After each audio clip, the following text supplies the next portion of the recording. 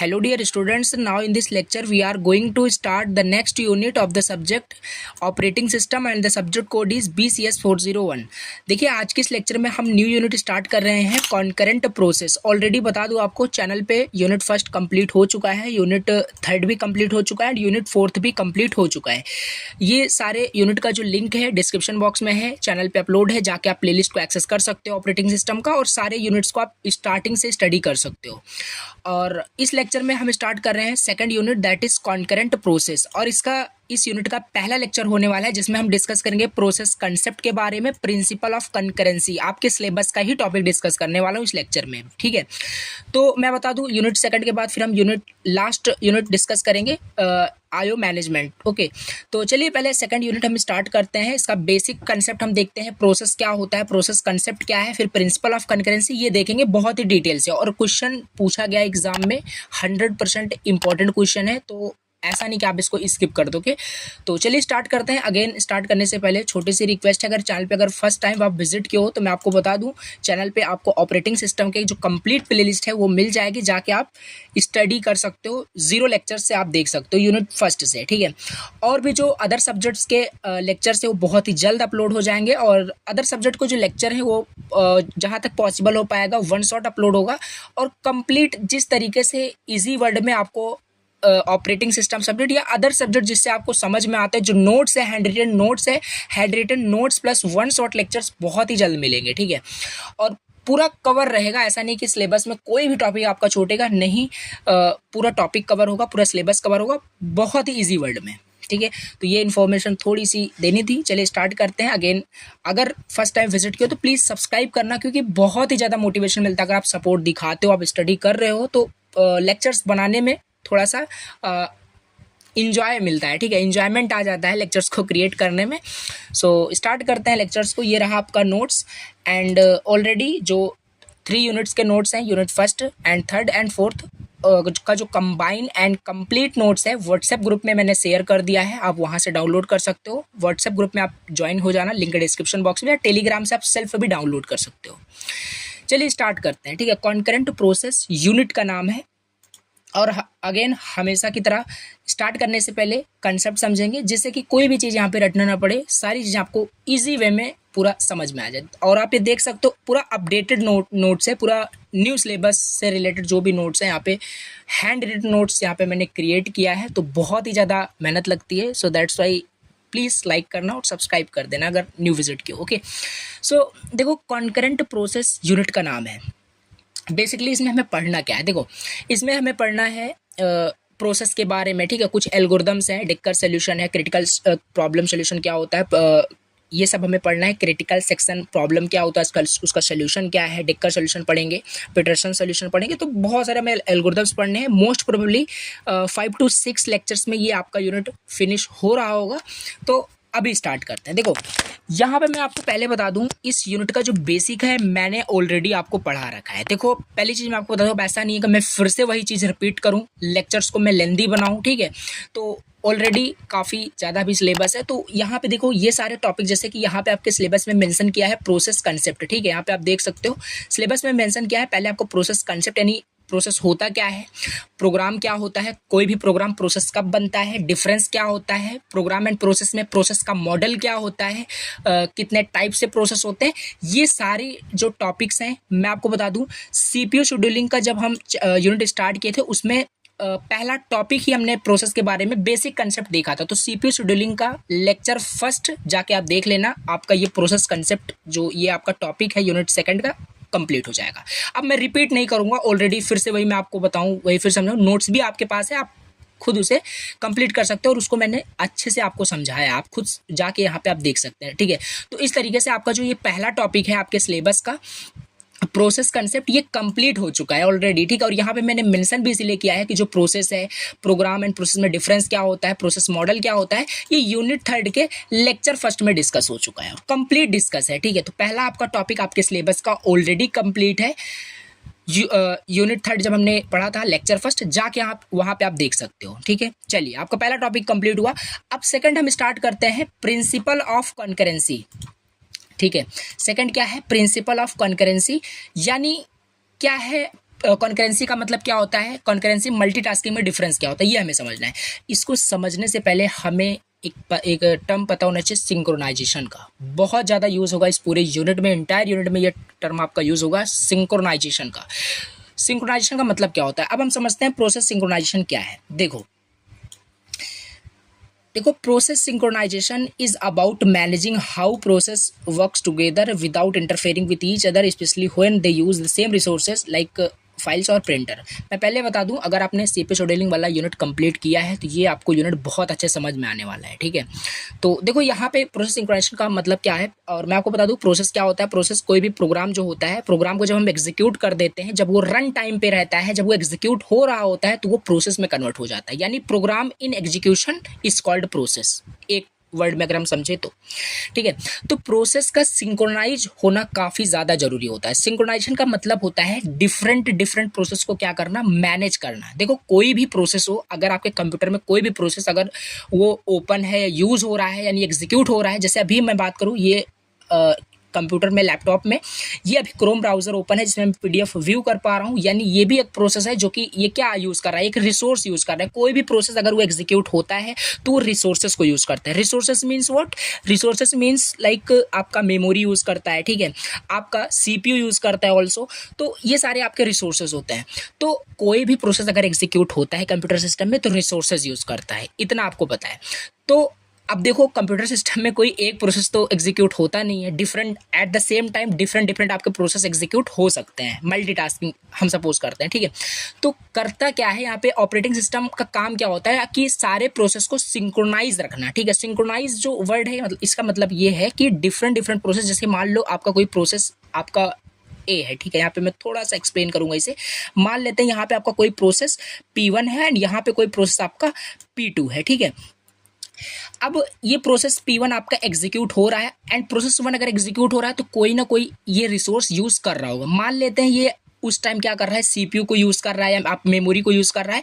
Eight the same time अगर process P2 भी execute करना चाहता है अपने प्रोसेस को, ठीक है, अपने प्रोसेस को एग्जीक्यूट करना चाहता है, यानी अपने टास्क को कंप्लीट प्रोसेस P2 भी करना चाहता है, तो अब देखिए रिसोर्सेज तो एट द सेम टाइम एक ही चीज, एक ही मतलब एक ही आपका जो भी डिवाइस है, जो भी प्रोसेस है वो यूज कर पाएगा।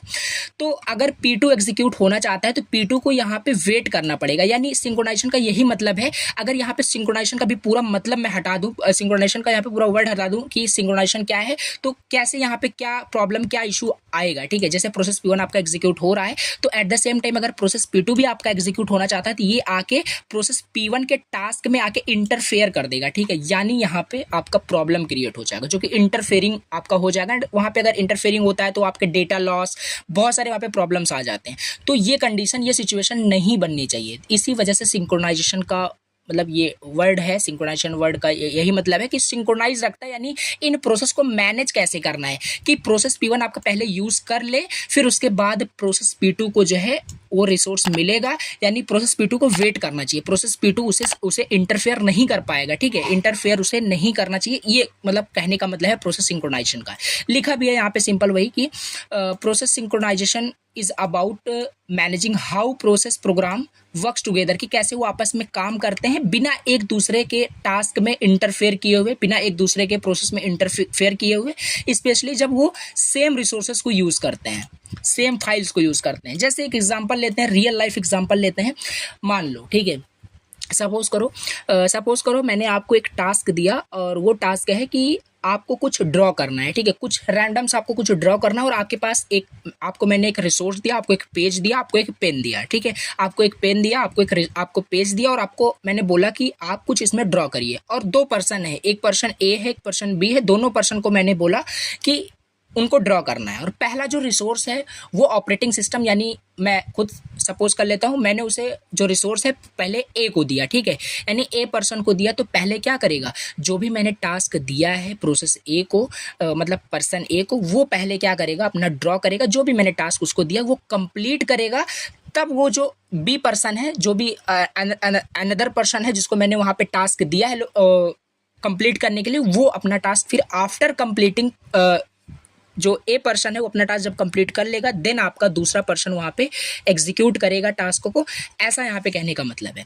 लेकिन अगर यहाँ पे सिंक्रोनाइज ना हो, सिंक्रोनाइजेशन का सिस्टम ना हो, तो क्या होगा, आपका पर्सन ए जो है वहाँ पे आपका टास्क वो कुछ उस पर ड्रॉ कर रहा है और वो बीच में से आके उसका रिसोर्स छीन ले, ठीक है, उसका पेन ले ले, उसका पेज ले ले, तो वहाँ पे जो इंटरफेयरिंग हो रहा है वहाँ पे देखो कम्युनिकेशन की प्रॉब्लम हो जा रही है, डेटा लीक की प्रॉब्लम हो रही है, डेटा इशू हो रहा है, वहाँ पे डेटा इशू, डेटा लॉस हो रहा है। तो इस तरीके से डिफरेंट आपके प्रॉब्लम्स क्रिएट हो सकते हैं। तो प्रोसेस का सिंक्रोनाइज होना काफ़ी ज़्यादा इंपॉर्टेंट होता है। तो यही होता है कि अगर कोई एक रिसोर्स है, जो यहाँ पे वही लिखा है जो यहाँ पे आप देख सकते हो कि कहने का मतलब है कि process synchronisation is about how process programs works together without interfering with each other specially when use the same resources. ठीक है, आई होप समझ में आ गया होगा। देखो और भी थोड़ा सा इसे एक्सप्लेन करते हैं। प्रोसेस यहाँ पे थोड़ा सा एक्सप्लेन किया गया है कि प्रोसेस आर लाइक पीपल। जैसे आप एक सपोज कर सकते हो, ये जो प्रोसेस मैं बोल रहा हूँ इसे आप लाइक सपोज कर सकते हो कोई पीपल है जो वर्क कर रहा है प्रोजेक्ट के ऊपर, each one has its own job to do, ठीक है, और हर एक प्रोसेस का वो अपना अलग अलग टास्क है। अब हम यहाँ पे प्रोसेस को सपोज कर रहे हैं लाइक अ पीपल जो वर्क कर रहे हैं on a project, each one has its own job to do, ठीक है। अब शेयर्ड रिसोर्सेस, अब इसमें एक शेयर्ड रिसोर्सेस है। Shared resources means what, sometimes process need to use the same resources. For example, two process might need to use the same printer, ठीक है। अब सिंपल सी बात है, आपके कंप्यूटर सिस्टम में मुझे कुछ प्रिंट करना है और मेरे दोस्त को भी कुछ प्रिंट करना है, ठीक है। Eight the same time computer एक ही है, तो सॉरी प्रिंटर एक ही है और कंप्यूटर सिस्टम से क्या है कि वो प्रिंट करना चाहते हैं, तो एट द सेम टाइम एक ही पर्सन उसे यूज़ कर पाएगा। यानी शेयर्ड रिसोर्स आपका प्रिंटर हो गया। एट द सेम टाइम या तो मैं यूज़ कर पाऊंगा, मैं प्रिंट कर पाऊंगा, या मेरा फ्रेंड प्रिंट कर पाएगा, ठीक है। तो ये कहने का मतलब है यहाँ पे शेयर्ड रिसोर्सेज का। तो ये थोड़ा सा एग्जाम्पल से और इजी में समझने के लिए यहाँ पे थोड़ा सा एक्सप्लेन किया गया है कि प्रोसेस को हम सपोज करें like a people working on a project, जो कि हर पर्सन अपना काम कर रहा है, ठीक है। शेयर्ड रिसोर्स यहाँ पे प्रिंटर है। अब यहाँ पे देखिए प्रॉब्लम क्या आती है, कॉन्फ्लिक्ट्स कैसे क्रिएट होता है। If two process try to use the same resources at the same time it can cause problems. Already explain कर दिया विद एन एग्जांपल, जैसे अभी आपको एग्जांपल मैंने बताया, ठीक है, पेन एंड पेज का कॉन्फ्लिक्ट वहाँ पे क्रिएट हो जा रहा है। अब इसी कॉन्फ्लिक्ट को रिजॉल्व करने के लिए सिंक्रोनाइजेशन टर्म आया, अब समझ में यहाँ पे आ गया होगा। टू प्रिवेंट दीज कॉन्फ्लिक्ट, इसी कॉन्फ्लिक्ट को प्रिवेंट करने के लिए कि ऐसा कॉन्फ्लिक्ट ना हो, हाँ ठीक है। रियल अगर हम कंप्यूटर सिस्टम में बात करें तो सिंक्रोनाइजेशन इसीलिए है। सो हमें एक तरीका चाहिए, we need a way to manage access to our shared resources, that's this is where synchronisation comes in, ठीक है। एंड यही कारण है कि synchronisation is a very important. तो ये टर्म आपको इसीलिए मैंने इतना डीपली बताया क्योंकि बहुत ज़्यादा यूज़ होने वाला है इस पूरे यूनिट में, ठीक है। अब देखो सिंपल, देखो सिंक्रोनाइजेशन को हम अचीव कैसे करेंगे। हाँ चलो हमने ये समझ लिया कि सिंक्रोनाइजेशन इंपॉर्टेंट है अगर हमें दो प्रोसेस के बीच में कॉन्फ्लिक्ट से बचना है, यानी एट द सेम टाइम अगर कोई शेयर्ड रिसोर्स है उसे दो प्रोसेस यूज़ करना चाहता है तो उसे हम मैनेज करने के लिए सिंक्रोनाइजेशन टेक्निक यूज़ करते हैं। अब सिंक्रोनाइजेशन टेक्निक यूज़ करने के लिए क्या क्या मैकेनिज्म होते हैं, देखो चलो समझते हैं। पहला जो टेक्निक है लॉक, क्या है देखो समझते हैं इसे हम। ये जो लॉक वाला टर्म है थोड़ा सा आई थिंक समझ में भी ना आए, बट हम जब इसे क्रिटिकल सेक्शन प्रॉब्लम में समझेंगे तो बहुत अच्छे समझ में आएगा। फिर भी मैं आपको अच्छे समझाता हूँ कि क्या है। देखो यहाँ पे हम समझ रहे हैं कि क्या क्या मैकेनिज्म है अचीव करने के लिए सिंक्रोनाइजेशन को, यानी हम कितने तरीके से हम सिंक्रोनाइजेशन कर सकते हैं, अचीव कर सकते हैं। पहला लॉक्स का मतलब है, सपोज करिए देखिए एक सिंक्रोनाइजेशन का टेक्निक ये है। लॉक का क्या मतलब है, जैसे मान लो अगर मैं प्रिंटर को यूज़ कर रहा हूँ, जैसे एग्जांपल अभी दिया, अगर मैं कुछ प्रिंट कर रहा हूँ तो जैसे ही मैं उस रिसोर्स को अगर यूज़ कर रहा हूँ, यानी कुछ उसमें प्रिंट कर रहा हूँ, तो मैं क्या करूँ, एक टेक्निक यूज़ करूँ, उस प्रिंटर को मैं लॉक कर दूँ। मीन्स व्हाट कि अगर मैं उस प्रिंटर को लॉक कर दूँ और लॉक करने के बाद जो की है वो की मैं ले लूँ, ठीक है। थोड़ा रियल लाइफ से इसे रिलेट करिए कि क्या लॉक की क्या मैं बोल रहा हूँ। तो उसे मैं लॉक कर दूँ और उसका की मैं ले लूँ, तो देखो वो हो चुका लॉक आपका प्रिंटर और की मेरे पास है, ठीक है। अब जिसके पास की रहेगी वही उस प्रिंटर को यूज़ कर पाएगा। तो जो दूसरा आपका पर्सन था वो प्रिंट करना चाहता था, वो अब चुपचाप से क्या करेगा, बैठा रहेगा, क्योंकि आपका प्रिंटर लॉक है और उसकी की उसके पास नहीं है, तो वो यूज़ नहीं कर पाएगा। और यहाँ पे देखो कॉन्फ्लिक्ट जनरेट हो रहा है, अब नहीं हो रहा है, ठीक है। तो एक लॉक टेक्निक होती है जिसकी मदद से हम अचीव करते हैं सिंक्रोनाइजेशन। अब कैसे आप सोच रहे होगे कि क्या प्रिंटर कैसे लॉक होता है, रियल लाइफ में कैसे प्रिंटर लॉक करते हैं, तो नहीं, ये तो मैंने एग्जांपल थोड़ा सा बताया कि ऐसे एक लॉक्ड आपका यहाँ पे टर्म आपका आएगा अभी, वो भी हम देखेंगे आगे, ठीक है। तो यहाँ पे लिखा है lock works like a key, only the process with the key can use the resources, once it is done it passes the key to the next process. देखो अब जैसे मैं अपना काम कर लूँगा, मैं अपना काम कर लिया, मुझे जो भी प्रिंट करना था मैंने प्रिंटर से प्रिंट कर लिया है। अब जो भी की है जो मैंने लॉक किया था उस प्रिंटर को, ताकि कोई अदर पर्सन उसे यूज़ ना कर पाए, अब मैं उस की को क्या करूँगा, उसे पास कर दूंगा, दूसरे पर्सन को पास कर दूंगा, जिससे वो यूज़ कर पाए उस रिसोर्स को, क्योंकि उसका भी काम है, ठीक है, वो भी यूज़ करना चाहता है। तो ये सिंपल चीज़ हो गया पहला लॉक। और इस तरीके से पहले तरीके से क्या हुआ, आपका सिंक्रोनाइजेशन अचीव हो गया। सिंक्रोनाइजेशन अचीव होने का मतलब है कॉन्फ्लिक्ट आपका जनरेट नहीं हो रहा है, ठीक है। तो ये था। नाउ सेकंड हम देख लेते हैं, that is very important, detail से हम आगे से पढ़ रहे होंगे, सेमाफोर्स करके, ठीक है। ये क्या है, सेमाफोर्स क्या है, देखो सेमाफोर्स अभी के लिए आप इतना बस याद रखिए, सेमाफोर्स आर सिग्नल्स, एक तरीके की एक सिग्नल की तरह काम करता है, जो कि जब कोई रिसोर्सेज जब बिजी होता है तो वे सामने वाले पर्सन को या दूसरे पर्सन को बता देता है कि भैया जी अभी रिसोर्सेज आपका बिजी है, आप यूज़ नहीं कर सकते, ठीक है। यानी एक तरीके का सिग्नल की तरह काम करता है, बट इसका थोड़ा दूसरा मीनिंग है। बाकी यहाँ पे आपको समझाने के लिए कि आप इस तरीके से अभी आप इसको समझ चलिए। जैसे मान लेते हैं जैसे सेमाफोर, जैसे मैंने बताया कि एक सिग्नल की तरह काम करता है। जैसे कि मैं जब प्रिंटर को यूज़ कर रहा हूँ तो एट उसी टाइम क्या करेगा, सेमाफोर दूसरे पर्सन को एक सिग्नल भेज देगा कि अभी प्रिंटर ये पर्सन यूज़ कर रहा है, आप तब तक वेट करिए, ठीक है, बिजी, अभी आपका जो रिसोर्स है वो बिजी है। तो ऐसा कुछ वहाँ पे सिग्नल जनरेट करेगा टू द अदर पर्सन, और इस तरीके से सिंक्रोनाइजेशन क्या हुआ, अचीव हो गया। सिंक्रोनाइजेशन क्या हुआ, अचीव हो गया। और वहाँ पे कॉन्फ्लिक्ट, जो दूसरा पर्सन होगा उसे सिग्नल मिल गया है, तो अब वो आराम से बैठा ही रहेगा, तो फिर वो वेट करेगा, ठीक है। अब इसमें भी आपका कि स्टारवेशन की प्रॉब्लम आती है, वो हमेशा ही ना बैठा रह जाए, तो वो सब आगे डिस्कस कर रहे होंगे। बाकी भी जो मैं बता रहा हूँ वो आपको यहाँ पे समझना है। पहला लॉक हो गया, लॉक के टेक्निक का यूज़ करके हम अचीव करते हैं क्या, synchronisation. And second what, semaphores, ठीक है। Semaphores is like a signal, जो कि जब कोई रिसोर्स बिजी रहता है तो वो क्या करता है, एक सिग्नल जनरेट करता है टू द अदर प्रोसेस कि आपका जो रिसोर्स है वो बिजी है। और आप बिल्कुल इसे लिख सकते हो एग्जाम में, ऐसा नहीं कि आप ये लिख ही नहीं सकते, नहीं, आप बिल्कुल एक्सप्लेन करके लिख सकते हो, आप अपने इजी वर्ड में लिख सकते हो ना। थर्ड आपका क्या है, मॉनिटर्स टेक्निक क्या है अचीव करने के लिए। Monitors are like supervisor who controls access to the resources making sure only one process use its at a time and managing order. देखो मॉनिटर क्या होता है, मॉनिटर लाइक अ सुपरवाइजर, ठीक है, इसे हम समझ रहे हैं। मॉनिटर्स आर लाइक सुपरवाइजर, जो कंट्रोल करता है एक्सेस। जैसे कि मान लेता हूँ मैं प्रिंटर को भी यूज़ कर रहा था, एग्जांपल जैसे मैंने दिया, और दूसरा पर्सन भी यूज़ करना चाहता था, ठीक है। तो दो टेक्निक का यूज़ करके तो सिंक्रोनाइजेशन अचीव हुआ। मॉनिटर का क्या है, अब एक ऐसा पर्सन है जो कि सुपरवाइजर है, ठीक है, जो पूरा रिसोर्स को मैनेज करता है। जैसे वो ऑपरेटिंग सिस्टम ही आपका हो सकता है, तो वो पूरा मैनेज करता है, ऑर्डर मैनेज करता है कि कौन सा पहले आपका रिसोर्स यूज़ करेगा, कौन सा नहीं करेगा, वो कंट्रोल करके रखता है सारे रिसोर्सेस को। यानी उसकी रिस्पॉन्सिबिलिटी ये होती है मॉनिटर्स की कि जो है आपका जो रिसोर्सेज है एट द सेम टाइम एक ही आपका पर्सन एक ही प्रोसेस आपका यूज़ कर रहा हो, और मतलब process at the same time ना यूज़ कर रहा हो। मॉनिटर्स का इतना मतलब समझिए, और ये तो उतना भी इंपॉर्टेंट नहीं है, आगे बहुत डिटेल में नहीं, बस इसमें हमें मैकेनिज्म पढ़ना था, क्या क्या मैकेनिज्म है ये हमने देख लिया मॉनिटर्स। नाउ नेक्स्ट हमारे पास है क्रिटिकल सेक्शन। क्रिटिकल सेक्शन क्या है, देखो क्रिटिकल सेक्शन क्या है, क्रिटिकल सेक्शन से भी हमारा सिंक्रोनाइजेशन अचीव होता है। This is the part of the program, किसी भी प्रोग्राम का एक पार्ट होता है क्रिटिकल सेक्शन। ये भी हम आगे डिटेल से देखेंगे, डिटेल टॉपिक है, ठीक है। क्रिटिकल सेक्शन का सिर्फ केवल इतना मतलब होता है, अगर कोई भी प्रोसेस आपका कोई भी रिसोर्स, अगर कोई भी प्रोसेस आपका रिसोर्स यूज़ करके एग्जीक्यूट हो रहा है, तो एट द सेम टाइम कोई अनदर प्रोसेस उस सेक्शन के अंदर एंटर नहीं करना चाहिए, ठीक है।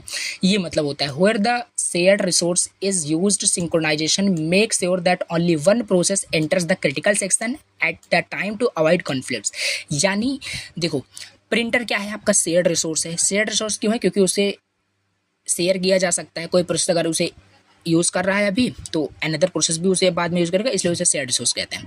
क्रिटिकल सेक्शन का क्या मतलब, तो क्रिटिकल सेक्शन का मतलब होता है कि जो आपका प्रिंटर है, जो शेयर्ड रिसोर्स है, वो आपका क्रिटिकल सेक्शन है, क्योंकि उसमें क्या है कि उस प्रिंटर को दो या दो से ज़्यादा प्रोसेस से यूज़ करने का ट्राई कर सकते हैं। देखो ये थोड़ा सा क्रिटिकल सेक्शन वाला टॉपिक है, जब आगे हम डिटेल से जब प्रोग्राम में इसे हम समझेंगे तो अच्छे समझ में आएगा। बाकी इतना समझिए, क्रिटिकल सेक्शन का केवल इतना मतलब होता है क्रिटिकल सेक्शन कि कोई भी प्रोसेस अगर कोई रिसोर्सेज को यूज़ कर रहा है तो उस टाइम क्रिटिकल सेक्शन में दूसरा प्रोसेस एंटर नहीं कर पाएगा। ठीक है, ऐसा समझिए। जैसे समझिए आप अपने घर में जब एंटर करते हो, ठीक है, आप अपने घर में जब एंटर करते हो तो आप थोड़ा सा इसे रिलेट करते हैं रियल वर्ड से। ठीक है, देखो जैसे जैसे हम सपोज करते हैं आप बाज़ार से दौड़ते हुए आप अपने घर में आ रहे हो, ठीक है, और आपके पीछे क्या है, आपके पीछे डॉग पड़ा हुआ है। ठीक है, ऐसा कुछ रिलेट करिए। थोड़ा सा अजीब सा एग्जाम्पल है बट फिर भी समझ में आ जाएगा क्रिटिकल सेक्शन का मतलब क्या है। बाकी इसे हम डिटेल से तो समझेंगे ही आगे।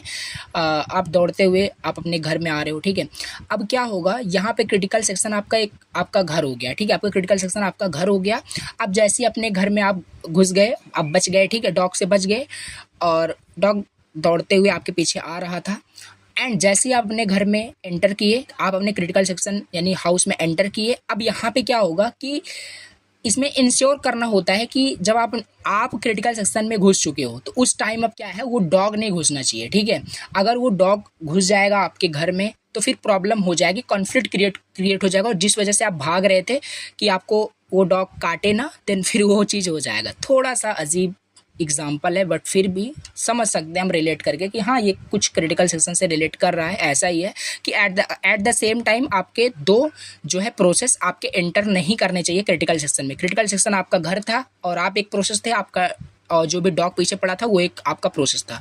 तो आप जब एंटर कर चुके हो आप क्रिटिकल सेक्शन में तो दूसरा प्रोसेस नहीं करना चाहिए। अगर कर जाएगा एंटर डॉग तो प्रॉब्लम कॉन्फ्लिक्ट क्रिएट हो जाएगी। ये था आपका क्रिटिकल सेक्शन का, इतना डिटेल्स यहाँ पे बता दिया। बाकी यही था भी इसमें क्रिटिकल सेक्शन में। अब आगे थोड़ा सा इजी होगा अगर अभी आपने समझ लिया तो। ये आपके 6 टेक्निक्स थे, ये आपके कुछ टेक्निक्स थे जिसकी वजह से जिससे कि हम सिंक्रोनाइजेशन अचीव कर सकते थे। ठीक है, तो पहला देखिए यहाँ पे क्या था, पहले हमने देखा है कि प्रोसेस सिंक्रोनाइजेशन क्या होता है।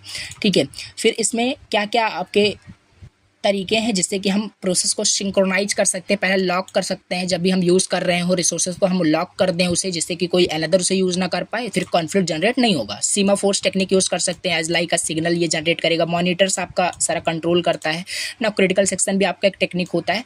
तो ये सब हमने देखा। अभी हम थोड़ा सा देखते हैं कि देखो depending upon the nature of process it can be divided into 2 categories. देखो मोस्ट इंपॉर्टेंट है, 2 मार्क्स में पूछा गया क्वेश्चन है। डिफाइन करिए इंडिपेंडेंट प्रोसेस को, डिफाइन करिए कोऑपरेटिंग प्रोसेस को। देखो इंडिपेंडेंट प्रोसेस क्या होता है, कोऑपरेटिंग प्रोसेस क्या होता है, बहुत ईजी है। कोई भी प्रोसेस अगर वो इम्पैक्ट नहीं डाल रहा है दूसरे प्रोसेस पे, ठीक है, यानी इंडिपेंडेंट है पूरी तरीके से। जैसे मान लेते हैं यहाँ पे आपका कोई प्रोसेस P1 है, यहाँ पे आपका कोई प्रोसेस P1 है। एक सेकेंड, देखिए यहाँ पे आपका कोई प्रोसेस P1 है और यहाँ पे कोई प्रोसेस आपका P2 है। अब ये प्रोसेस P1 आप अपना आराम से एग्जीक्यूट कर रहा है और P2 भी आपका अपना इंडिपेंडेंट है, एग्जीक्यूट हो रहा है। ये प्रोसेस P1 इसके ऊपर मतलब इम्पैक्ट नहीं डाल रहा है। ऐसा नहीं है कि प्रोसेस P1 इसके ऊपर डिपेंड है, कुछ इम्पैक्ट डाल रहा है, तो ये आपका इंडिपेंडेंट प्रोसेस होगा। लिखा भी है the process which does not put any impact on the other process that is independent process. Now जो इम्पैक्ट डालेगा वो आपका कोऑपरेटिंग प्रोसेस होगा, the process which can put an impact on the other process that is cooperating process. ठीक है, तो ये 2 marks के लिए इंपॉर्टेंट था, ये आप देख सकते हैं। नाउ अब हम मूव करते हैं अगले टॉपिक पे जो कि आपका प्रिंसिपल ऑफ कॉन्करेंसी। क्या होता है प्रिंसिपल ऑफ कॉन्करेंसी, डिटेल समझते हैं। ठीक है,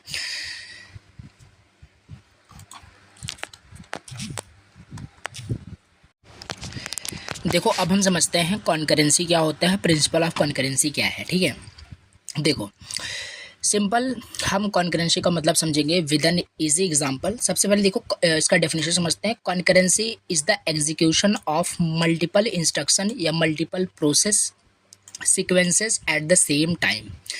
अब देखो थोड़ा सा कन्फ्यूजन होगा अगर आप इसे केयरफुली नहीं समझेंगे। मल्टीटास्किंग आप समझ बैठेंगे कॉन्करेंसी को। कॉन्करेंसी का मतलब है कि कोई भी प्रोसेस, कोई भी आपका टास्क, कोई भी instruction eight the same time अगर एग्जीक्यूट हो रहा हो, 2 या 2 से ज़्यादा टास्क आपके eight the same time execute हो रहे हो तो वो आपका कॉन्करेंसी होता है। अब आप सोचोगे फिर मल्टीटास्किंग क्या है। देखो कॉन्करेंसी में यहाँ पे लिखा क्या है, इसकी डेफिनेशन थोड़ा अच्छे समझना। कॉन्करेंसी क्या है? Concurrency is the execution of the multiple instruction, not multiple task और मल्टीपल प्रोसेस। इंस्ट्रक्शन, अब टास्क के अंदर भी इंस्ट्रक्शंस होते हैं, उनका sequence eight the same time वो एग्जीक्यूट होता है। द लिखा है the principle of concurrency refers to the concept of multiple task, multiple process making progress simultaneously in a computer system। देखो सिंपल, जैसे कि एग्जांपल यहाँ पे समझते हैं, तो यहाँ पे थोड़ा सा एग्जांपल से समझते हैं कि क्या है। देखो इमेजिन करो कि आप अपने घर पे हो, ठीक है, इमेजिन करो आप अपने घर पे हो, imagine you are at home and आपको 3 काम करना है घर पे, ठीक है। आपको खाना बनाना है, ठीक है, और आपको स्टडी करना है, और भी बहुत सारे आपको काम हो सकते हैं, लॉन्ड्री वाला काम आपको करना है, तो अलग अलग वहाँ पे आपके काम हो सकते हैं। तो ये सब आपको काम करना है, आप घर पे हो। Now these are different task you need to complete. Now concurrency, यहीं से हम इसी की हेल्प से समझ लेंगे, क्लियर हो जाएगा। अब कॉन्करेंसी यहाँ पे क्या कहता है? देखो अगर बिना कॉन्करेंसी के आप अगर फॉलो करना चाहो तो कैसे चीज़ों को फॉलो करोगे? पहले क्या करोगे, जैसे अगर आपको पहले क्या करना है, पहले अगर खाना बनाना है तो पहले क्या करोगे, आप खाना क्या करोगे, पूरा अच्छे से बना लोगे, देन उसके बाद आप फिर पढ़ाई करोगे। ये आप कर सकते हो पहले। अगर हम यहाँ पे कॉन्करेंसी या मल्टीटास्किंग की बात ना करें तो आप ऐसे ही करोगे, सिंपल नॉर्मली बात करें, पहले खाना ही बना लोगे, देन उसके बाद आराम से पढ़ने बैठोगे, या आप पहले पढ़ लोगे देन उसके बाद खाना बनाओगे, देन अदर आप वहाँ पे काम करोगे जो भी आपका है, यानी एक टाइम पे एक ही चीज़ आप कर रहे हो, ठीक है। बट अगर कॉन्करेंसी जो वहाँ पे आप फॉलो करोगे तो कॉन्करेंसी में क्या होता है, एट द सेम टाइम आप मल्टीपल चीज़ें करते हो, ठीक है, मल्टीपल चीज़ें करते हो। अब जैसे यहाँ पे क्या होता है, कॉन्करेंसी आपको कहता है कि आप जैसे कि आप खाना बनाना चाहते हो और पढ़ाई भी करना चाहते हो, तो पहले आप खाना बनाना स्टार्ट करिए, और आप जब खाना बनाना स्टार्ट करोगे तो आप जैसे सपोज करते हैं एग्जांपल से, आप गैस पे बर्तन रख दिए, ठीक है, उसमें खाना आपका मतलब बन रहा है। आप देन, अब ऐसा नहीं है कि आप उस खाना बनने तक आप क्या करोगे, इंतज़ार करोगे, यानी यहाँ पे फिर आपका टाइम वेस्ट होगा। तो कॉन्करेंसी यहीं पे आती है कि खाना बनने दीजिए, खाना बनने के साथ साथ आप साइड में आप अपने नोट्स को रिव्यू कर सकते हो, ठीक है। तो ये हो गया आपका क्या, एट द सेम टाइम आप वर्क कर रहे हो, कहाँ पे, मल्टीपल टास्क पे एट द सेम टाइम आप वर्क कर रहे हो, और यही है आपका यहाँ पे क्या, कॉन्करेंसी। क्या कह रहा है, जैसे कि आप सब्जी काट के आपने रख दिया, ठीक है, अदर फिर आप वहाँ पे काम कर रहे हो, तो मतलब ऐसे आप यहाँ पे एग्जांपल से आप रिलेट कर सकते हो कॉन्करेंसी का क्या मतलब है। थोड़ा सा और समझते हैं यहाँ पे। Concurrency is about managing your time efficiently या इफेक्टिवली, ठीक है। तो ये है so that you can switch between task, आप डिफरेंट जो टास्क है, जो आपका काम है, उसमें क्या कर रहे हो, स्विच कर रहे हो। कभी आप जैसे आप अभी बीच में आप जैसे कि आप खाना रख दियो, आपका पक रहा है, ठीक है, गैस पे, अब आप पढ़ाई कर रहे हो। अब ऐसा नहीं है कि आप खाली पढ़ाई लगातार करते रहोगे, नहीं, आप फिर से स्विच करोगे। आप 10 मिनट पढ़ाई करोगे, 10 मिनट रिव्यू करोगे अपने नोट्स को, देन फिर जाके आप देखोगे खाना पक गया कि नहीं। तो ऐसा कुछ यहाँ पे है, ये आपका कॉन्करेंसी का मतलब है, ये आपका कॉन्करेंसी है। लेकिन अब मल्टीटास्किंग समझते हैं। देखो अब मल्टीटास्किंग समझते हैं, एग्जाम्पल बहुत अच्छा मिला है, इसी से क्लियर हो जाएगा मल्टीटास्किंग एंड कॉन्करेंसी।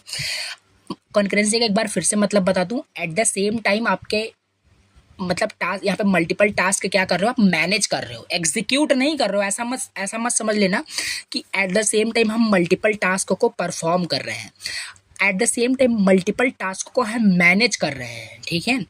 अब मल्टीटास्किंग यहाँ पे ये हो सकता है कि जैसे आप क्या कर रहे हो कि खाना बना रहे हो, ठीक है, खाना बना रहे हो, खाना आपका मतलब आप जैसे एक हाथ से ऐसा, अगर ये टैलेंट काफ़ी कम लोगों के अंदर होता है, जैसे कि सपोज करते हैं आप उनमें से एक पर्सन हो, आप सब्जी काट रहे हो, ठीक है, आप एक हाथ से सब्जी भी काट रहे हो और एक हाथ से आप पन्ने भी पलटे जा रहे हो, पेज भी पलटे जा रहे हो, पढ़ भी रहे हो, ये है multitasking. Eight the same time multiple task कर रहे हो। बट वहाँ पे ऐसा नहीं है, पहले आप कुछ टाइम सब्जी काटोगे, अपना बर्तन चढ़ाओगे अपने गैस पे, ठीक है, तो वहाँ से वो अपना काम होता रहेगा, यानी उसका हमने काम फिनिश कर दिया, वो जब तक आपका खाना बनेगा तब तक हम स्टडी कर लेंगे, ये आपका कॉन्करेंसी है। बट अगर मल्टीटास्किंग की बात करें, नहीं, मल्टीटास्किंग में हम एक हाथ से वेजिटेबल्स भी काट रहे हैं, अदर हैंड से हम कुछ राइट भी कर रहे हैं, लेक्चर्स भी वॉच कर रहे हैं। अब यहाँ पे ऐसा हो सकता है, जैसे अभी इस टाइम में बात करो, आप लेक्चर देख रहे हो, हो सकता है, मे भी हो सकता है कि आप लेक्चर भी देख रहे हो और लेक्चर में जो भी कंटेंट है आप उसे नोट भी कर रहे हो, उसे आप क्या कर रहे हो, लिख भी रहे हो। तो ये क्या है, ये कॉन्करेंसी है कि आपका मल्टीटास्किंग है। तो ये आपका मल्टीटास्किंग है। क्यों? क्योंकि एट द टाइम दोनों काम कर रहे हो आप, ईयरफोन लगा के आप लेक्चर भी देख रहे हो, सुन रहे हो, साइड में आप लिख भी रहे हो। अब ऐसा नहीं है पहले आप लेक्चर देख ले रहे हो, आप अच्छे से समझ जा रहे हो, देन उसके बाद क्या कर रहे हो, आप लिख रहे हो। एट द सेम टाइम यहाँ पे दो टास्क परफॉर्म हो रहा है, तो ये आपका मल्टीटास्किंग हो गया। तो ये सिंपल यहाँ पे है। तो लिखा भी है concurrency is about managing your time effectively. Manage होता है आपका टाइम, वेस्ट नहीं होता है यहाँ पे time. So you can switch between task without wasting time. बताया वही सब लिखा है। फॉर एग्जाम्पल इसमें भी लिखा है, जैसे कि आप रिवाइज कर सको इन एग्जाम्पल को। फॉर एग्जाम्पल ऐसा नहीं है कि आप वेट करोगे जब तक आपका पानी बॉयल ना हो जाएगा तब तक आप फिर कुछ नहीं करोगे। जब तक आपका पानी जो है बॉयल हो रहा है या खाना आपका पक रहा है, तो आप हो सकता है कि आप अपने नोट्स को, जो भी स्टडी नोट्स है उसको रिव्यू कर लो, तब भी तो आपकी पढ़ाई हो जाएगी। 2% या 3% ही पढ़ाई हो, बट हो तो जाएगी कॉन्करेंसी को फॉलो करके। तो ये है आपका यहाँ पे कॉन्करेंसी का मतलब। तो यहाँ पे वही लिखा है, it's important that these task don't interfere with each other. But most important things यहाँ पे ये है, क्योंकि हमने सिंक्रोनाइजेशन समझा, ये आपका यहाँ पे सिंक्रोनाइजेशन हर जगह होना चाहिए। यानी कि ऐसा ना हो कि एक टास्क दूसरे टास्क को इंटरफेयर कर रहा हो, ठीक है। और कहाँ इंटरफेयर कर रहा है, आपने तो काम आधा कर ही दिया है, खाना आपका पक रहा है गैस पे, उसका कहाँ इंटरफेयर हो रहा है, हम साइड में फिर अपना स्टडी कर रहे हैं, तो यहाँ पे इंटरफेयर नहीं हो रहा है, ठीक है। तो ये चीज़ हो गया। नाउ अब थोड़ा सा हम कंप्यूटर के लैंग्वेज में समझते हैं कॉन्करेंसी का मतलब क्या होता है। नाउ इन कंप्यूटर लैंग्वेज या computer system, concurrency means running multiple program, multiple process at the same time. तो यहाँ पे क्या है कि सेकंड, यहाँ पे हम समझते हैं, जैसे कि यहाँ पे देखिए, concurrency means running multiple programs और process at the same time. Same वहाँ पे जो बताया वही लिखा है, थोड़ा सा टेक्निकल लैंग्वेज में है कि multiple programs, multiple process at the same time आपके रन कर रहे हैं। The operating system manages these process so they don't interfere with each other, ठीक है। तो आई होप क्लियर हो गया होगा। नाउ अब हम थोड़ा सा समझते हैं इशू ऑफ कॉन्करेंसी, यानी कॉन्करेंसी में क्या क्या इशू आ सकते हैं, ठीक है। इशू ऑफ कॉन्करेंसी, ये क्वेश्चन इसी तरीके से पूछा जाता है आपको एक्सप्लेन करने के लिए, प्रिंसिपल ऑफ कॉन्करेंसी और उसके इशू बताइए क्या क्या इशू ऑफ कॉन्करेंसी होते हैं। तो पहला देखते हैं इशू ऑफ कॉन्करेंसी में, पहला है non atomic operation. Non atomic operation क्या है? तो non atomic operation is the operation that needs to be done all at once but are not be interrupted, it cause problem। जैसे अब यहाँ ना हो कि यहाँ पे आप कॉन्करेंसी दिखा रहे हैं, ठीक है। इशू यही आता है कॉन्करेंसी के साथ, अगर हम कॉन्करेंसी फॉलो कर रहे हैं अपने डिफरेंट प्रोसेस के बीच, तो ये आपका इशू आ सकता है। आपका जो ऑपरेशन है, जो टास्क है, वो नॉन एटॉमिक होना चाहिए। नॉन एटॉमिक का मतलब क्या है कि देखो, जैसे यहाँ पे है नॉन एटॉमिक प्रोसेस, जैसे कि अगर आप जैसे एग्जांपल समझते हैं, transferring money between accounts and getting interrupt. जैसे आप किसी पर्सन को आप पैसे भेज रहे थे और उसी टाइम आप क्या कर रहे हो, उस प्रोसेस को स्विच कर रहे हो, तो अगर आप प्रोसेस को स्विच कर दोगे तो पैसा गया आपका, ठीक है। तो ऐसा कुछ रिलेट करिए। तो ये चीज़ आपका नॉन एटॉमिक ऑपरेशन नहीं होना चाहिए। ये जो आपका इंटरप्ट जनरेट हो जा रहा है, ठीक है, आपका फिर प्रोसेस वहाँ पे ब्रेक कर जाएगा, डिफरेंट प्रॉब्लम्स आ सकते हैं। तो ये इशू पहला आपका है नॉन एटॉमिक ऑपरेशन, जो कि है operations that need to be, वह ऑपरेशन जिसे जरूरत है एक बार में ही उसे पूरा एग्जीक्यूट करना, तभी वो आपका कंप्लीट एग्जीक्यूट हो पाएगा। ऐसा नहीं कि जैसे अभी कॉन्करेंसी कल पे से हम स्विच कर रहे थे तो वो स्विच यहाँ पे नहीं कर पाएंगे। तो नॉन एटॉमिक ऑपरेशन यही है, ठीक है। तो दूसरा है डेडलॉक, ये भी एक इशू है आपका कॉन्करेंसी का। तो ये भी लिख सकते हो, इसे हमने यहाँ पे लिखा नहीं है बिकॉज ऑलरेडी हमने डिटेल समझा है। तो डेडलॉक क्या होता है कि अगर कोई रिसोर्सेज यूज़ कर रहा है प्रोसेस, मतलब कोई प्रोसेस अगर रिसोर्सेज यूज़ कर रहा है और अनदर प्रोसेस वहाँ पे आपका आके उस प्रोसेस को यूज़ करना चाहता है, यानी होल्ड करके रखा है। जैसे कि मान लो प्रिंटर आपका एक रिसोर्स है जो कि प्रोसेस ए उसे यूज़ करना चाहता है और वो आपका प्रिंटर किसी दूसरे प्रोसेस ने होल्ड करके रखा है, ठीक है। तो यहाँ पे डेडलॉक की कंडीशन बन गई। तो ये कुछ आपका डेडलॉक का यहाँ पे हमने थोड़ा सा समझा, बाकी इसे आप डिटेल से जाके आप देख सकते हैं। यूनिट 3 में हमने इसे डिटेल से पढ़ा था, डेडलॉक क्या होता है। तीसरा यहाँ पे इशू लिख सकते हैं, बस इशू आपको लिखना है यहाँ पे, नॉन एटॉमिक ऑपरेशन पहला, दूसरा डेडलॉक लिख सकते हो, ब्लॉकिंग लिख सकते हो। ब्लॉकिंग का मतलब क्या होता है, when a task can not processed, जब when a task can not process proceed because it's waiting for another task to finish. Example, waiting for print because the printer is busy with another job. ये आपका blocking हो गया। Blocking means यहीं पे कहने का मतलब यहाँ पे ये है कि कोई प्रिंटर आपका बिजी है, जो अनदर आपका टास्क में बिजी है, अनदर प्रोसेस से यूज़ कर रहा है उस रिसोर्स को। तो ब्लॉकिंग का यहाँ पे केस आ जाता है कि वो जो आपका टास्क है वो प्रोसीड नहीं हो सकता, क्योंकि जो रिसोर्स वो यूज़ करना चाहता है वो रिसोर्स किसी और ने भी यूज़ कर रहा है, कोई प्रोसेस दूसरा उसे यूज़ कर रहा है। एंड चौथा आप यहाँ पे लिख सकते हो रेस कंडीशन। रेस कंडीशन क्या होता है? When the result of task depends on the order they run causing unpredictable outcomes. देखो जैसे रेस कंडीशन क्या होता है? रेस कंडीशन का सिंपल मतलब है कि जो टास्क का रिजल्ट है वो ऑल्सो डिपेंड करता है ऑर्डर ऑफ द टास्क, यानी किस ऑर्डर को फॉलो करके वो टास्क एग्जीक्यूट करता है। जैसे for example if two people are editing the same document at the same time the final content depends on the whose changes are saved last. जैसे race condition का मतलब है कि किसी भी प्रोसेस का जो रिजल्ट होता है वो उसके ऑर्डर पे भी डिपेंड करता है कि किस ऑर्डर में उस प्रोसेस के अंदर टास्क एग्जीक्यूट हुआ है। जैसे एक आपका प्रोसेस है माइक्रोसॉफ्ट वर्ड में कोई आपका डॉक्यूमेंट एडिट किया जा रहा है 2 पर्सन के जरिए। अब 2 person at the same time उस डॉक्यूमेंट को एडिट करके सेव करने जा रहे हैं। वहाँ पे डिपेंड करता है वो प्रोसेस कि कौन सा पर्सन पहले इस डॉक्यूमेंट को सेव करता है। अगर लास्ट वाला पर्सन पहले कर देगा तो उसका ऑर्डर चेंज हो जाएगा। तो ये चीज़ उस पर मतलब जो उसका रिजल्ट है उस प्रोसेस का वो ऑर्डर पे डिपेंड कर रहा है कि कौन पहले सेव करता है डॉक्यूमेंट्स को। तो ये रेस कंडीशन होता है। ये भी आगे डिटेल से आएगा, ये भी हम देख रहे होंगे। तो ये चीज़ तो छोटे छोटे यहाँ पे हमें समझना है इसमें, इस टर्म में। नाउ अब यहाँ पे स्टारवेशन, यहाँ पे 5th आपका इशू आ सकता है कॉन्करेंसी का, वो है स्टारवेशन का। स्टारवेशन मतलब कि एक टास्क को कभी चांस ही नहीं मिल रहा है रन होने के लिए, वही होता है आपका starvation. Because other task keep taking all resources. ठीक है, तो ऐसा भी ना हो कॉन्करेंसी आप फॉलो कर रहे हो और आप स्विच करते जा रहे हो एंड अदर जो आपके टास्क हैं वो बैठे ही हैं, वो यूज़ ही नहीं कर पा रहे हैं, रिसोर्स को यूज़ ही नहीं कर पा रहे। तो ये स्टारवेशन की प्रॉब्लम नहीं आनी चाहिए। स्टारवेशन भी हमने समझा था यूनिट 3 के अंदर कि स्टारवेशन क्या होता है कि जब आपके प्रोसेस जो है वेट करते ही रह जाते हैं रिसोर्सेज के लिए और उन्हें कभी रिसोर्सेज मिलता ही नहीं। ठीक है, तो ये आपका आ जाता है क्या, स्टारवेशन की प्रॉब्लम आ जाती है। लिखा भी है यहाँ पे वही। अब थोड़ा सा इसे आप डायग्राम से बना सकते हैं। इशू ऑफ कॉन्करेंसी में रिवाइज कर लेते हैं। नॉन एटॉमिक ऑपरेशन आपका ये हो जाता है आपका इशू ऑफ कॉन्करेंसी में, डेडलॉक हो जाता है। तीसरा आपका ब्लॉकिंग एंड 4th आपका रेस कंडीशन हो जाता है and the last is starvation. तो ये 5 आपके इश्यूज आते हैं कॉन्करेंसी को लेकर के। बाकी कॉन्करेंसी क्या होता है, प्रिंसिपल ऑफ कॉन्करेंसी हमने देखा और यहाँ पे हमने देखा था प्रोसेस सिंक्रोनाइजेशन क्या होता है। तो आज के इस लेक्चर को यही पेंड करते हैं। नेक्स्ट लेक्चर के अंदर हम डिस्कस करेंगे मोस्ट इंपॉर्टेंट टॉपिक जो कि है प्रोड्यूसर कंज्यूमर प्रॉब्लम। ठीक है, इसे डिटेल से समझ रहे होंगे, देन धीरे धीरे सारे टॉपिक्स आपके कवर होंगे। तो चलिए आज के लेक्चर पे एंड करते हैं। Thank you so much for watching the lecture. Channel पे फर्स्ट टाइम विजिट किया तो प्लीज़ सब्सक्राइब करना। मिलते हैं नेक्स्ट लेक्चर के अंदर।